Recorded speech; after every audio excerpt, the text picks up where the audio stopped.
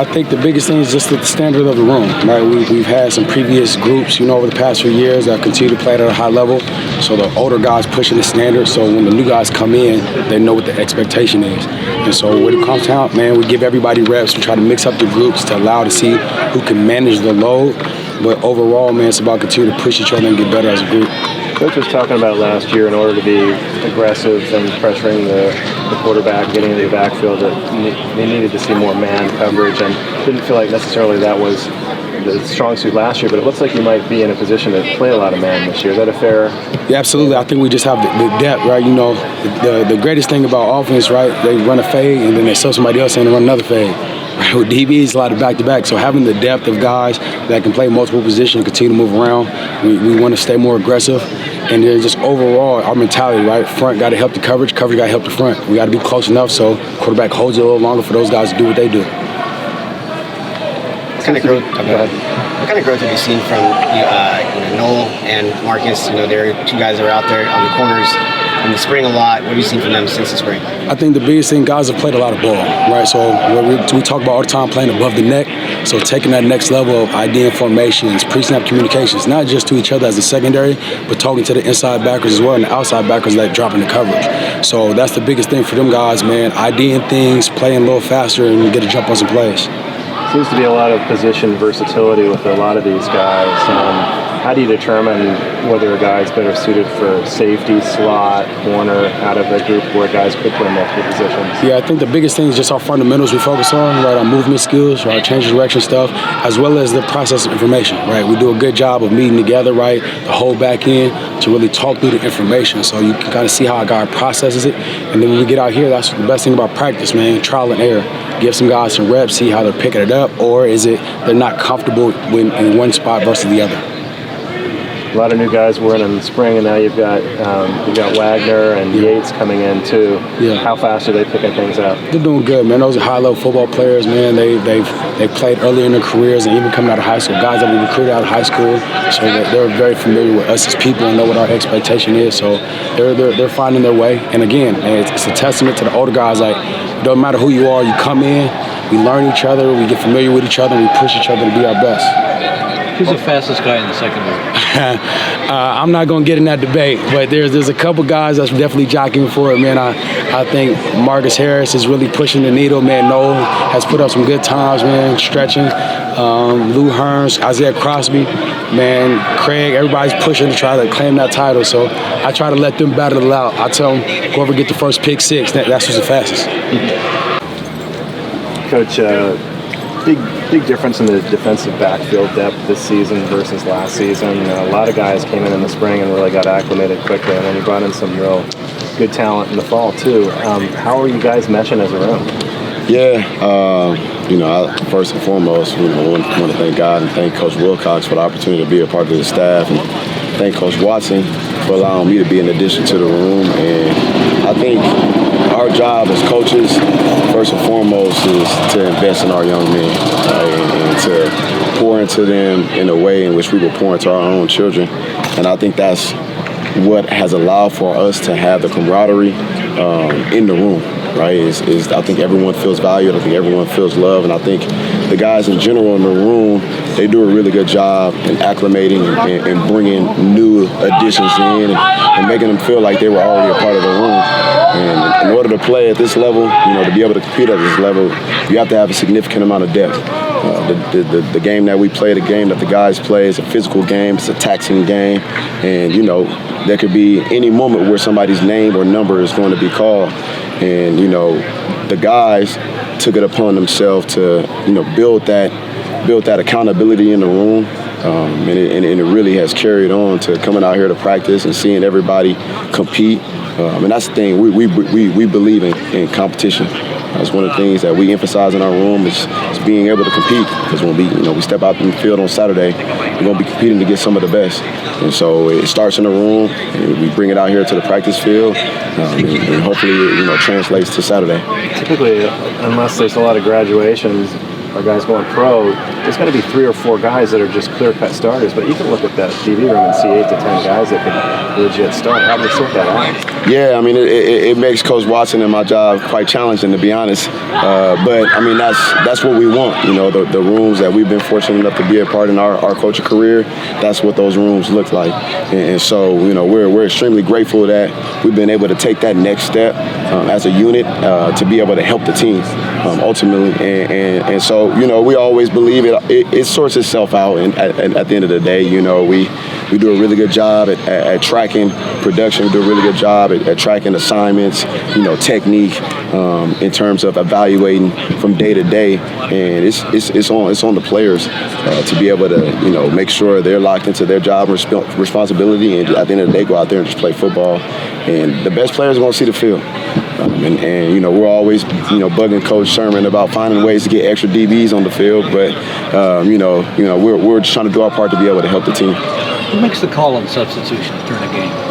I mean, it's a collaborative deal between Coach Watson and myself, and you know, we try to find a rhythm because we both remember playing the position at this level, and we know what it feels like to get in a rhythm and, you know, to be pulled off the field and try to get back out there and get back in the rhythm. And so we try to be very strategic in terms of the substitutions that we make. But I mean, like I said, and you already attested to it, just having that much depth, I mean, it helps out, you know, to be able to have, you know, some fresh legs here and there from drive to drive to be able to still go out there and be trusted to execute their job.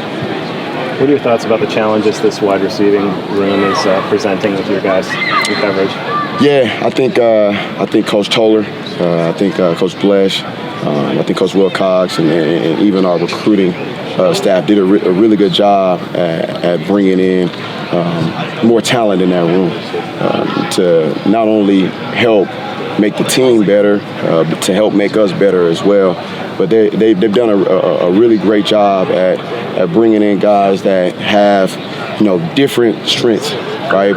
One thing that is common amongst the board is there is a new level of speed, and I think that's, you know, from playing, you know, this game at this level, I mean, that's what you want in that room. And, you know, we believe iron sharpens iron. And so if we give our guys the opportunity to get, you know, the best looks in practice, and they get the opportunity to get the best looks in practice, and it's going to give them an opportunity to go out there Saturday and be able to compete at a high level. And so we're fired up about the new additions in the room. You know, I think they're all doing an amazing job right now. And so we're excited to see how these next, you know, some practices go. You know, to continue to challenge one another, continue to make each other better. Who's the fastest guy in the secondary? I'm gonna leave that to them. You know, I'm not gonna answer that question. I'm gonna leave that to them. You might have to ask Blue Hearns, or you might have to ask Marcus Harris and them that question. I'm gonna leave that to them. But we definitely feel good that we have some speed in the back end. Those two are among the fastest guys.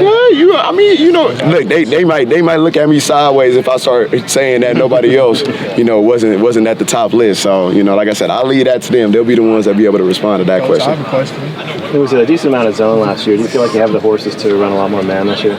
Yeah, you know, I think, you know, to be able to, again, like I've said, to be able to compete at a high level, you got to be able to adjust and adapt with the new style of play from colleges, you know, from college offenses and, you know, the different formations. And, you know, you try to not have too many adjustments and checks so that the guys can just play fast. And obviously being able to play man-to-man coverage, you know, helps out a lot. And I think that we do have, you know, the guys in the back end to be able to hold their ground and to be able to compete and be able to make plays out there on the island in the slot. And then we trust our guys that are protecting everybody on the roof in terms of our pro safeties. Trust everybody back there to be able to get the job done. So we feel good about it. We have some new guys this fall, a lot of new guys in the spring, but the new guys this fall, Yates and Wagner and Kamani Hudson. How have those guys shown? What are they showing so far? Yeah, Yates, Wagner, and Kamani. I mean, the thing that you like about all three of those guys is they're eager. They're eager. They have the desire to be better. They have the desire to be coached. They have the desire to contribute, you know, to the team in any form or fashion. And I think that is one thing that we've really appreciated about each one of those young men. And in addition, obviously their talent helps in terms of them being able to bring new things to the room, and just like I said, just continue to add that depth.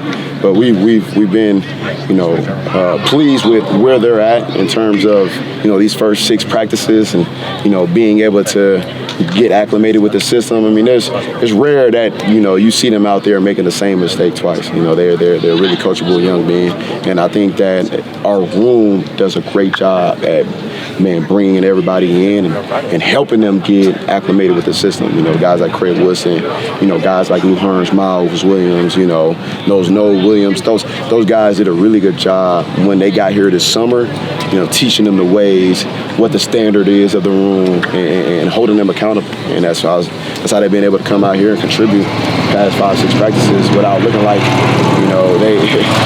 they're lost. They're able to actually get in and figure it out and be a part of what's going on. What has Cam done to be that next man up for you guys? Cam Sidney? Yeah, I mean, Cam Sidney, just like we, notice and recognize through the recruiting process, he's a sharp guy. He has a really high football IQ, and that's what he's proven, is that he has the ability to, know more than just one particular position. And so when you have, that versatility, we preach it all the time, versatility adds value. And so, we're proud of where he is in terms of his development. And then we're going to continue to challenge him. But, his football IQ helps him be in a position to make plays, be in a position to command, communicate, and do the things that we require of our safeties to do. What can you say about Lou? Obviously, he was a little dinged up, I think, in the spring. To come back and be competing, what can you say just about his overall development and progress here?